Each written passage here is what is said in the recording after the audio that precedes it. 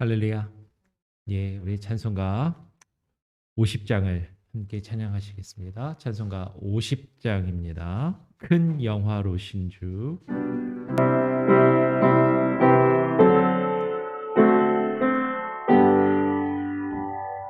큰 영화로신 주 이곳에 오셔서 이 모인 자들로 그 백성 삼으사 그 중에 항상 계시고 그 중에 항상 계시고 큰 영광 나타내소서.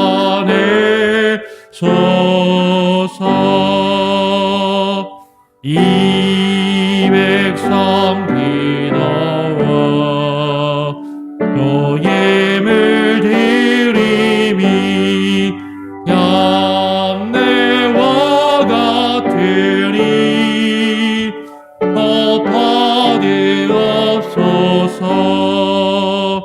그 예수 그 신복음을 그 예수 그 신복음을 만 백성 듣게 하소서. 또 우리 자손들 다 주를 기리고 저 성전돌같이 빛나게 하소서. 그 구원하신 능력을 그 구원하신 능력을 늘 끝날까지 주소서. 주 믿는 만민이 참도를 지키며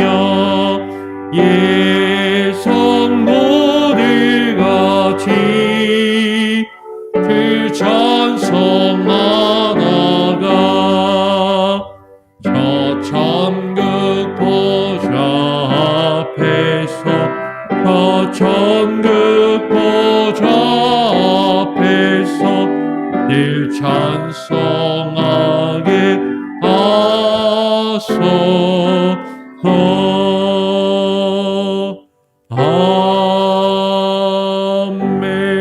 아멘.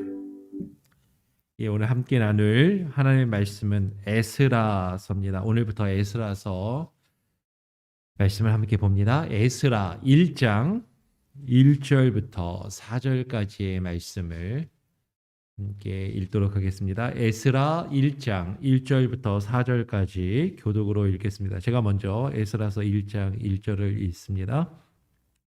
바사왕 고레스 원년에 여호와께서 예레미야의 입으로 하신 말씀을 응하게 하시려고 바사왕 고레스의 마음을 감동시키심에 저가 온 나라에 공포도 하고 조소도 내려 가로되 바사왕 고레스는 말하노니 하늘에 신 여호와께서 세상 만국으로 내게 주셨고 나를 명하사 유다 예루살렘에 전을 건축하라 하셨나니 이스라엘의 하나님은 참 신이시라. 너희 중에 무릇 그 백성된 자는 다 유다 예루살렘으로 올라가서 거기 있는 여호와의 전을 건축하라. 너희 하나님이 함께 하시기를 원하노라. 무릇 그 남아있는 백성이 어느 곳에 우거하였든지 그곳 사람들이 마땅히 은과 금과 기타 물건과 짐승으로 도와주고 그 외에도 예루살렘 하나님의 전을 위하여 예물을 즐거이 드릴지니라 하였더라. 아멘. 오늘 함께 읽은 말씀을 가지고 여호와의 전을 건축하라. 여호와의 전을 건축하라라는 제목으로 함께 말씀을 나눕니다. 우리가 성경을 읽을 때 성경의 흐름, 그 이스라엘의 역사를 좀 알고 성경을 읽는 것이 필요합니다. 그래야 이 지금 성경이 어떤 흐름과 맥락에서 이야기가 되고 있는지를 정확하게 알 수가 있고 성경이 무엇을 말씀하고 있고 어떤 내용인지를 더 바르게 이해할 수 있기 때문인 것이죠. 우리가 지난주에까지 역대기의 말씀을 나누었어요. 그러니까 역대기는 이스라엘이 남과 북으로 갈리어지고 북이스라엘과 남유다의 역사를 쭉 병행해서 같이 기록을 합니다. 그런데 그 북이스라엘과 남유다가 하나님을 온전히 믿은 것이 아니라 특히 북이스라엘의 모든 왕들은 여로보암의 악한 길을 따라서 행하였고 유다 왕들 중에도 하나님을 열심히 잘 믿는 왕들도 있었지만 하나님을 잘 믿지 않고 하나님 앞에 범죄한 왕들도 있었다라는 것이죠. 그리고 하나님을 잘 섬기는 왕이라 할지라도 제 온전한 믿음으로 하나님을 믿지 못하였던 모습들을 우리가 함께 살펴보고 나누었습니다. 그러니까 그 북이스라엘과 남유다가 하나님을 온전히 믿지 않고 이방의 신을 섬기고 우상 숭배를 하며 하나님도 믿고 우상도 섬기고 하나님을 아예 안 믿은 건 아니었어요. 하나님을 섬긴다라고 하면서 우상 숭배를 같이 하는 그런 죄악을 저지름으로 하나님께서 북이스라엘과 남유다를 심판으로 멸망케 하시고 그 이스라엘 백성들이 포로로 잡혀가게 됩니다. 포로로 잡혀가게 돼요. 그래서 북이스라엘은 기원전 오늘 지금이 기원 후입니다. 지금은 기원 후 2021년이고 기원전 722년 혹은 723년경에 그러니까 지금부터 한 2700년 이상 그 전에 한 2750년 정도 전인 것이죠. 그 전에 북이스라엘은 아수르라는 나라, 성경에 보면 아수르라고 표현되어 있고 역사적으로는 보통 아시리아라고 이야기하는 그 제국에 의해서 멸망을 당하고 북이스라엘 사람들이 먼저 포로로 아시리아 지역으로 포로로 끌려가게 돼요. 그런데 그 북이스라엘을 멸망시킨 아수르라는 거대한 제국이 얼마 되지 않아 가지고 바벨론이라는 제국에 의해서 또 멸망을 당합니다. 그러니까 세상의 역사를 보게 되는 거죠. 강한 나라도 곧 멸망을 하고 무너지는 그 일들이 이루어지는 거예요. 북이스라엘을 멸망시킨 아수르, 그 아수르가 바벨론이라는 제국에 의해서 멸망을 당하고 그 아수르 땅도 다 바벨론의 영역이 되는 거예요. 그렇게 북이스라엘이 먼저 멸망을 하고 남유다가 어느 정도 유지를 하고 있다가 그 아수르를 멸망시킨 바벨론에 의해서 이제는 바벨론에 의해서 기원전 586년경에 바벨론에 의해서 남쪽 유다도 멸망을 당하고 하나님께 심판을 받아서 멸망을 당하고 남쪽 유다의 백성들도 그 바벨론으로 다 포로로 사로잡혀가게 되는 것이죠. 그러니까 그 바벨론의 포로로 잡혀가 있는 동안에 이루어진 사건들, 바벨론의 포로로 잡혀가 있는 동안에 그 기간을 배경으로 해서 기록된 성경이 우리가 잘 아는 에스더서, 다니엘서 같은 거예요. 그러니까 다니엘이나 에스더 같은 경우는 이제 바벨론의 포로로 잡혀간 그 시기에 그 상황을 배경으로 기록하고 있다라는 거죠. 근데 우리가 이제 성경을 순서대로 통독을 하거나 읽다 보면 우리가 에스라를 역대기를 읽고 그다음 바로 지금 에스라로 넘어갑니다. 그러니까 어떻게 보면 그 포로기를 볼 것 같으면 에스더나 다니엘서를 먼저 보고 그리고 에스라로 넘어가면 조금 이해가 될 것 같은데 이게 순서대로 기록된 것이 아니다라는 거죠. 지금 에스라서는 바벨론으로 포로로 잡혀갔다가 돌아올 때를 이제 기록하고 있는 거예요. 그러니까 성경 66권, 특히 구약은 몇 권이죠? 39권. 어떻게 외우면 돼요? 3927. 구구단을 외우는 거예요. 3927.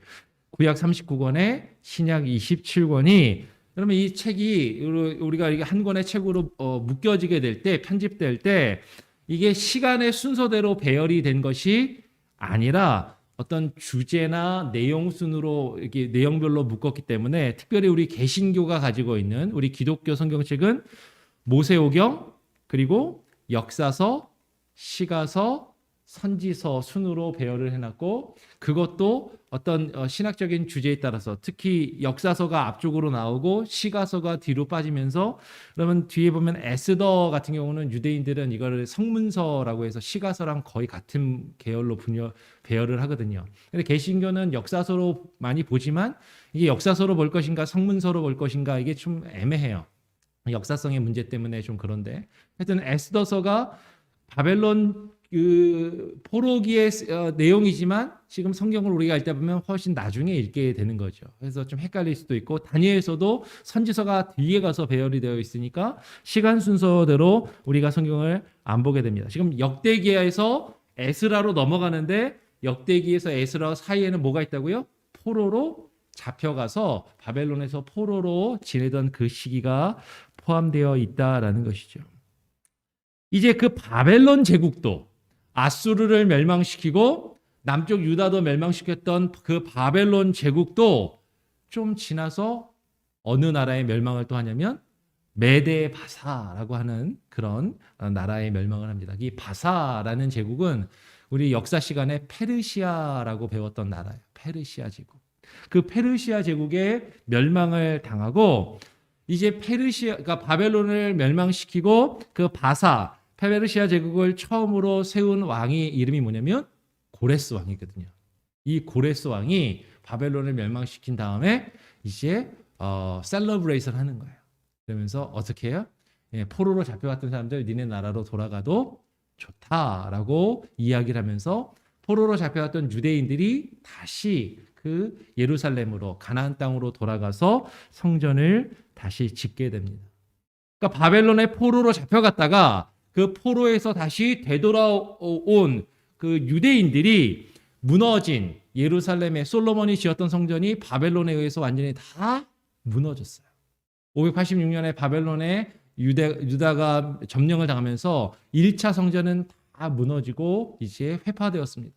그러니까 포로로 잡혀갔다가 돌아온 이스라엘 백성들이 다시금 성전을 짓는 재건축을 하게 되는 거죠. 성전을 다시 짓는 역사를 하게 됩니다. 이루게 됩니다. 그러니까 포로로 잡혀갔다가 다시 돌아온 이스라엘 백성들이 성전을 다시 짓는 이야기가 기록된 성경이 에스라, 느헤미야예요.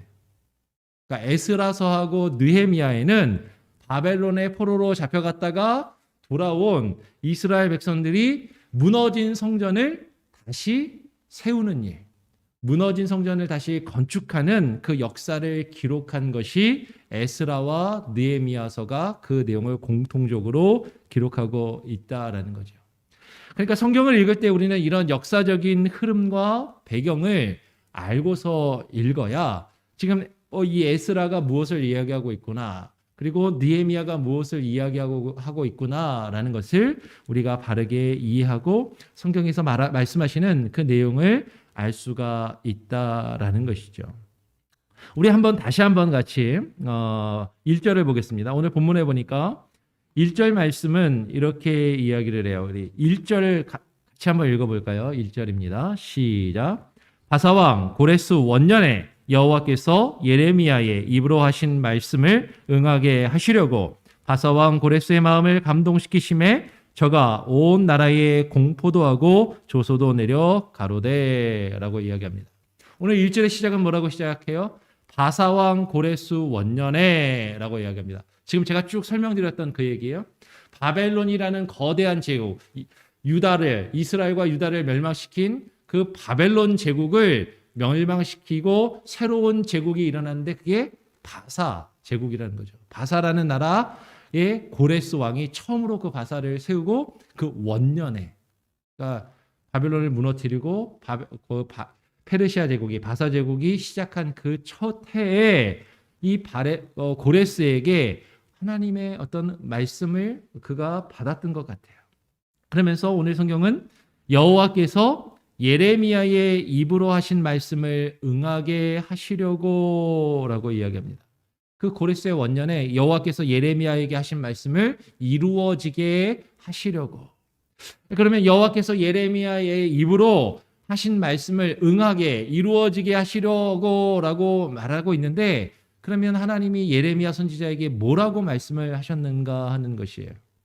그 내용이 예레미야 25장 이하를 보면 쭉 기록이 됩니다. 예레미야 25장을 한번 보겠습니다. 예레미야 25장 11절부터 14절까지 찾으실 수 있는 분들은 찾아서 보시고 어려우신 분들은 그냥 들으시면 돼요. 아까 제가 책갈피를 꽂아드리긴 했는데 예레미야 25장 11절부터 14절까지를 제가 한번 읽어보겠습니다. 한번 눈으로 같이 한번 보시기 바랍니다.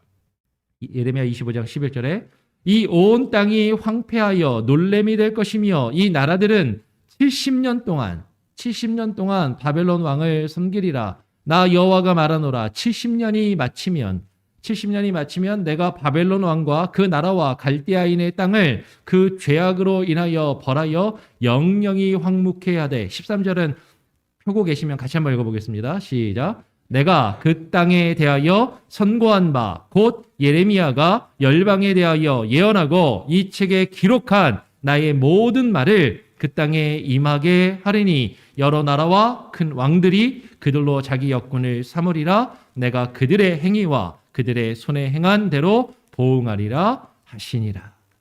지금 예레미야 25장부터 어떤 내용이 나오냐면 그 25장 이전까지는 계속 예레미야 선지자를 통해서 하나님께서 이스라엘과 유다의 백성들의 그 죄악을 책망하시는 거예요. 그리고 니네 하나님을 똑바로 안 믿고 계속 범죄하면 하나님이 심판하신다, 멸망한다, 포로로 끌려간다. 그 얘기를 25장까지 쭉 하다가 25장부터 그런데 포로로 끌려간 다음에 70년이 지나면 70년 동안 바벨론을 섬기고 바벨론에서 포로 생활을 할 것이지만 70년이 지나면 그 바벨론을 하나님이 무너뜨리시고 다시 그 포로에서 돌아오게 할 것이다 라는 예언을 25장 이하의 예레미야 말씀을 계속 포로에서 돌아오는 회복에 대한 이야기가 기록이 돼요.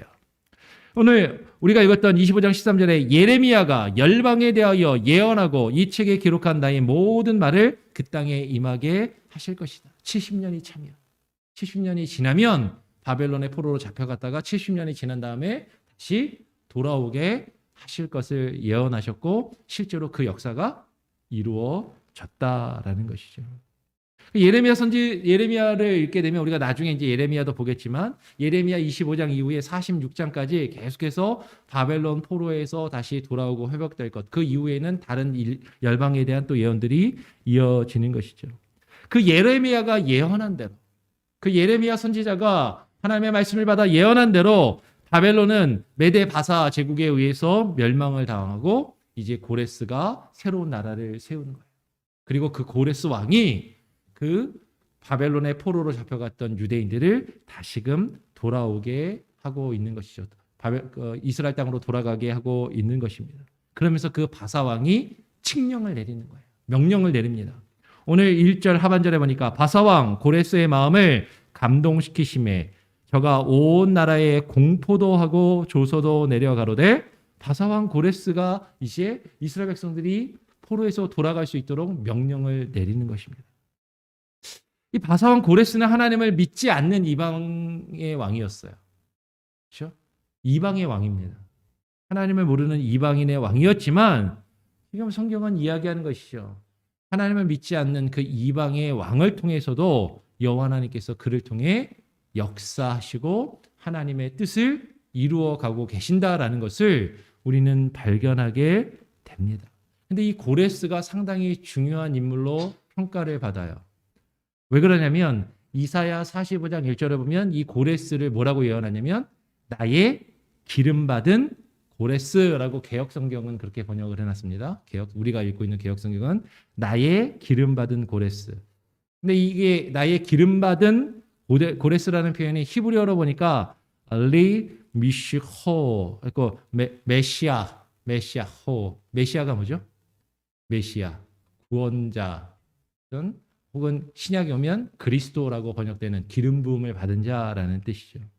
근데 사실은 원어를 보면 그의 기름 부음을 받은 자예요. 그래서 개역 개정은 그의 기름 부음을 받은이라고 번역을 해놨습니다. 개역 성경은 나의라고 해놨는데 왜냐하면 그를 개역 성경은 하나님이 말씀하시니까 하나님이라고 해석을 해서 우리가 보는 성경은 나라고 번역해놨지만 원어적으로 그대로 보면 그의 기름 부음이 맞아요. 그러니까 개역 개정이 이 부분은 번역이 더 잘 된 겁니다. 근데 중요한 건 뭐냐면 지금 이 고레스가 기름 부음을 받은 자라고 표현이 되고 있다라는 것이죠.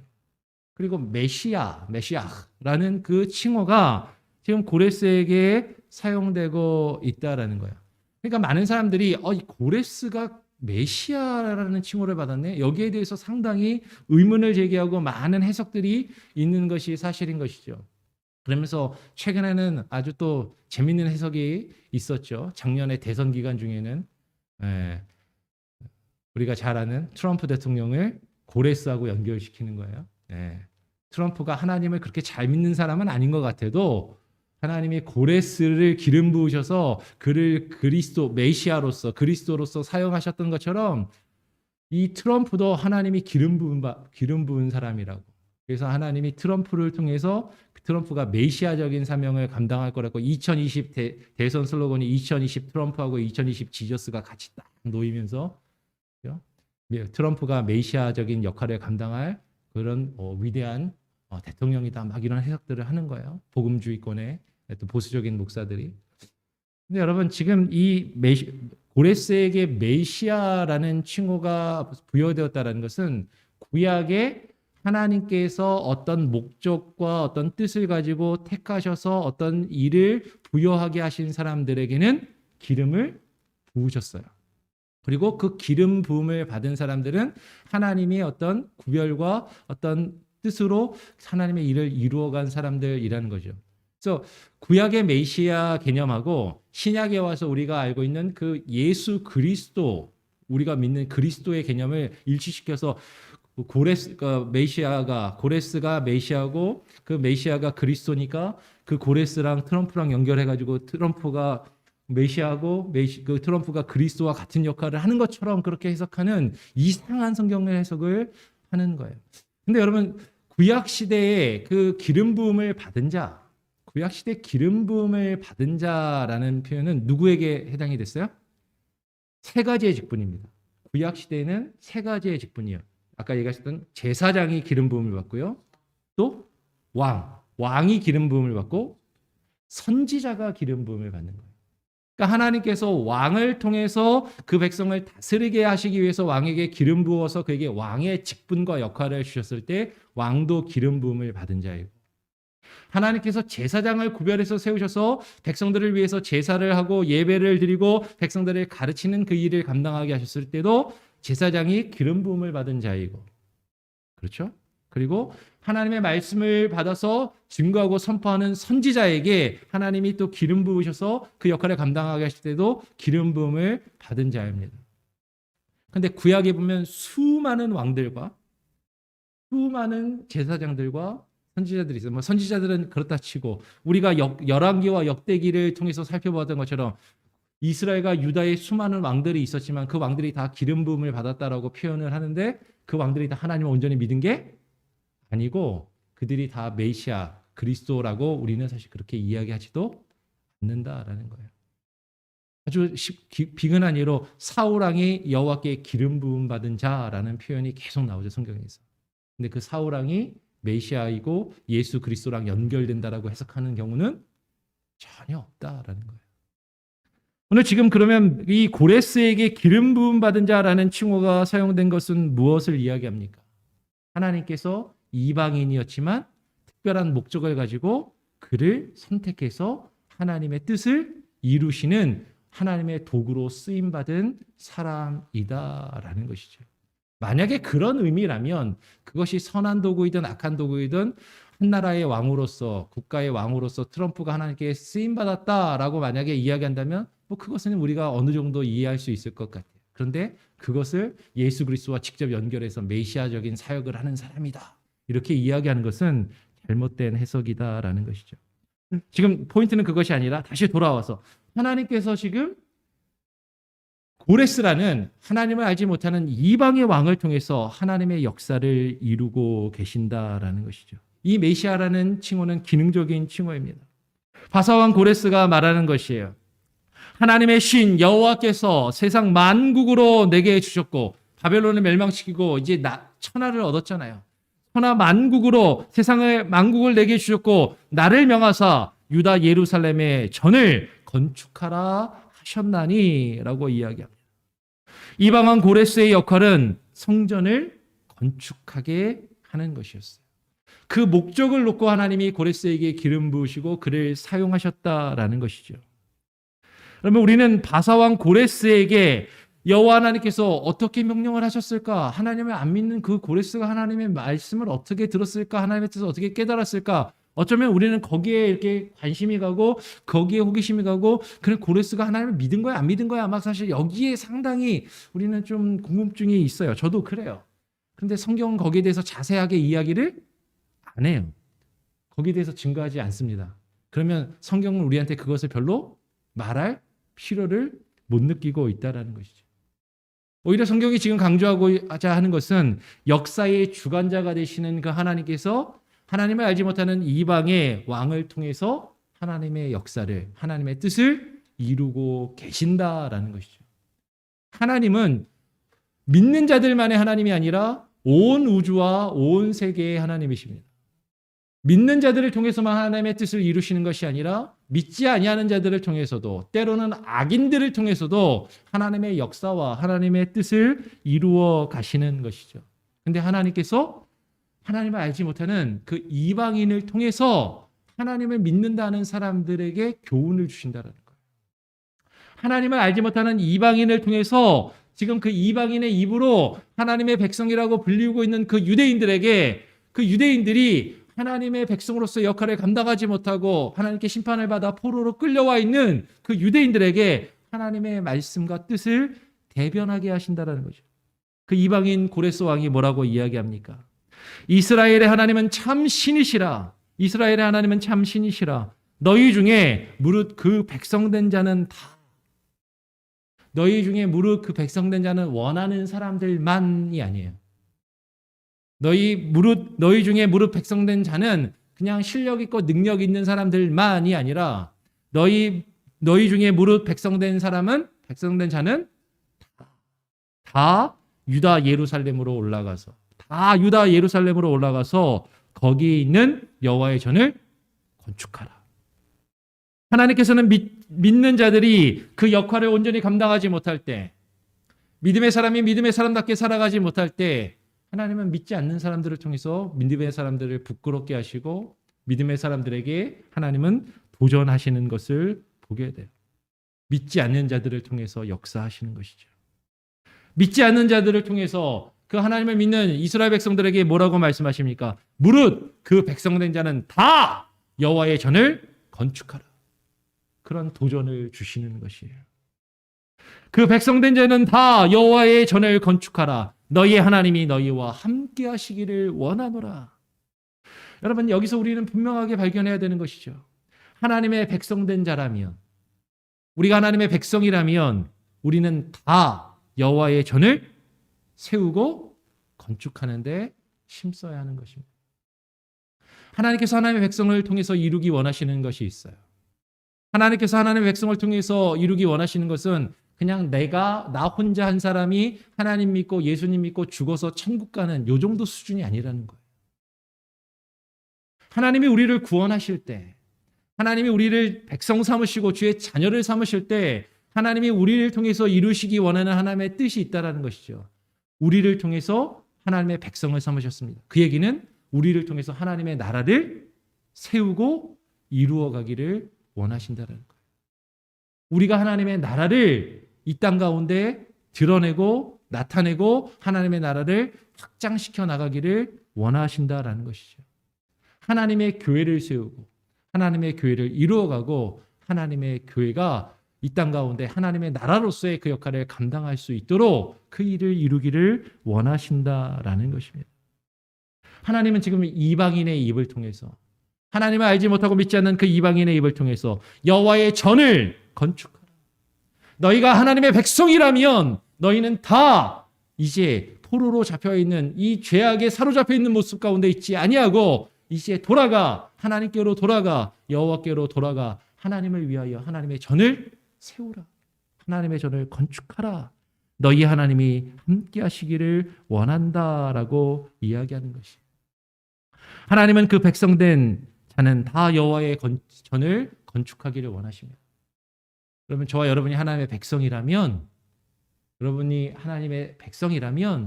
하나님은 저와 여러분을 통해서 하나님의 전을 다시금 세우기를 원하시는 거예요.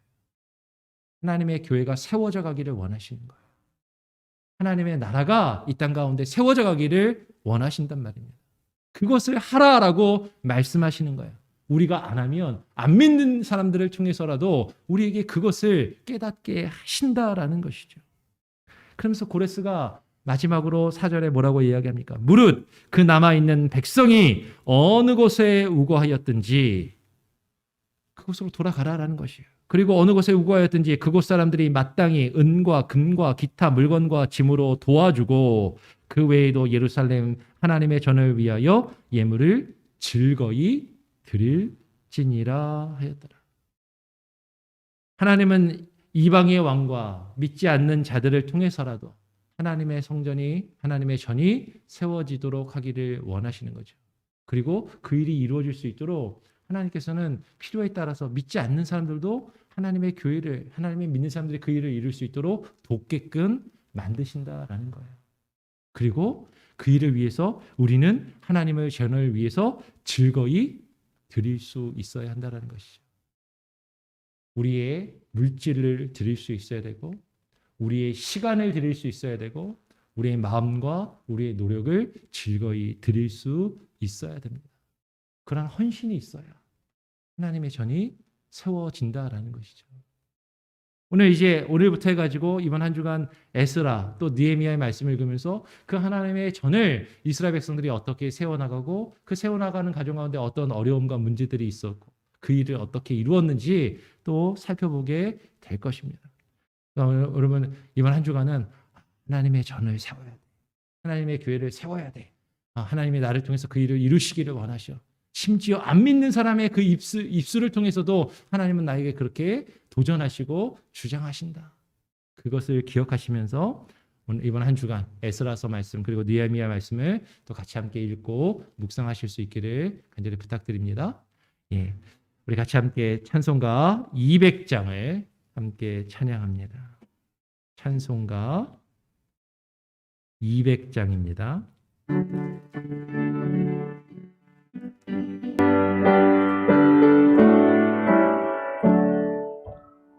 주의 피로 이른 샘을 감기고 넓도다. 그 원하는 크신 능력 다 찬송할지라. 찬송하세 주의 보혈 그 샘의 제길 나아가 죄의 깊이 그 피로 씻어 맑히네. 죄악 살상 이김으로 거룩한 길 가네. 나의 마음 성전 삼고 주께서 계시네. 찬송하세 주의 보혈 그 샘의 지길 나아가 죄의 깊이 빠진 이모 그 피로 씻어 맑히네. 주 예수를 깊이 하는 놀라운 은혜. 하늘나라 즐거움이 매일 새롭도다. 찬송하세 주의 보혈 그 샘의 힘 나아가 죄의 깊이 어린 이모 그 피로 씻어 맑히네. 예, 오늘 함께 나눈 말씀을 가지고 기도의 제목을 나눕니다. 여러분, 우리가 처음에 말씀을 드렸던 것처럼 우리가 성경 말씀을 읽고 계속해서 묵상하면서 우리가 그냥 대충 성경에 있는 것이 아니라 성경을 바로 읽기를 원합니다. 성경의 역사와 그 흐름을 계속해서 공부하고 익혀나가며 또 잘 깨달아 알 수 있게 해달라고, 하나님의 말씀과 뜻을 잘 깨닫고 분별하고 그 말씀을 이해하며 읽을 수 있게 해달라고 여러분 그렇게 기도하시고요. 하나님께서는 그 역사 가운데 하나님의 뜻을 반드시 이루십니다. 하나님의 백성을 통해서 이루시고, 하나님의 백성이 그 일을 온전히 감당하지 못할 때는 믿지 않은 자들을 통해서라도 하나님의 뜻을 이루어 가시는 것을 보게 되죠. 하나님께서 우리를 통해서 이루시기 원하시는 그 뜻은 하나님의 전이, 하나님의 성전이, 하나님의 교회가, 하나님의 나라가 우리를 통하여 세워져 가기를 원하십니다. 하나님 그 일을 이루어 주시옵소서. 우리 교회가 하나님의 전으로 바르게 세워져 갈 수 있게 해달라고 그렇게 기도하시고, 그렇게 하나님 앞에 나아가는 귀한 은혜가 있기를 소원합니다. 교회를 위해서 기도해 주시고요. 교회 직분자들을 위해서, 하나님이 여러분에게 맡기신 직분과 사명을 위해서 또 기도하시기를 부탁드립니다. 계속해서 코로나 상황을 놓고 기도해 주시고요. 제가 한번 기도하고 또 주님 가르쳐 주신 기도로 마친 이후에 자유롭게 기도하시고 돌아가시겠습니다. 하나님 아버지 감사합니다. 오늘 이 시간 저희들을 불러주시고 하나님 전에 나와 또 새벽을 깨우며 하나님의 말씀을 읽고 묵상하며 하루를 시작합니다. 하나님, 오늘부터 에스라 그리고 또 느헤미야의 말씀을 읽어 내려갑니다. 하나님께서 우리를 택하시고 자녀 삼으시며 주의 백성 삼으신 그 이유가 하나님의 나라요, 하나님의 그 전을, 하나님의 나라된 주의 몸된 교회를 이루어가고 세워가기를 원하신다라는 것을 하나님 우리가 깨달아 알게 하시고, 우리가 주의 백성이라면 다 하나님의 전을, 하나님의 집을, 하나님의 성전과 주의 교회를 세워가는데 힘쓰고 헌신하며 하나님 우리가 우리의 모든 것으로 하나님께 드릴 수 있는 귀한 은혜가 있게 하여 주시옵소서. 교회의 직분자들과 교회의 사역을 위하여 기도합니다. 우리 교회가 하나님의 전으로서 하나님의 나라를 이 땅 가운데 드러내며 증거하는 교회로 굳건히 세워져 가게 하시고 주의 말씀이 굳게 세워져 가는 하나님의 교회가 되게 하여 주시옵소서. 코로나 위기 가운데 아파하며 힘들어하는 영혼들이 있습니다. 육체의 질병으로, 건강의 문제로, 또 경제적인 문제와 아픔으로 힘들어하는 이들 가운데 하나님께서 함께하여 주시고 위로하여 주시고 치료하여 주시고 회복시켜 주시며 하나님께서 또 그 필요를 따라 채워주시는 귀한 은혜가 있게 하여 주시옵소서. 미얀마 땅과 또 인도 땅을 위해서 계속해서 기도합니다. 하나님 그 땅 가운데 안정과 평화가 있게 하시고 그 땅을 치유하시고 회복하여 주시옵소서. 오늘 하루의 삶도 주님께 온전히 맡기고 의탁드리오며 거룩하신 예수 그리스도의 이름으로 기도합니다. 아멘.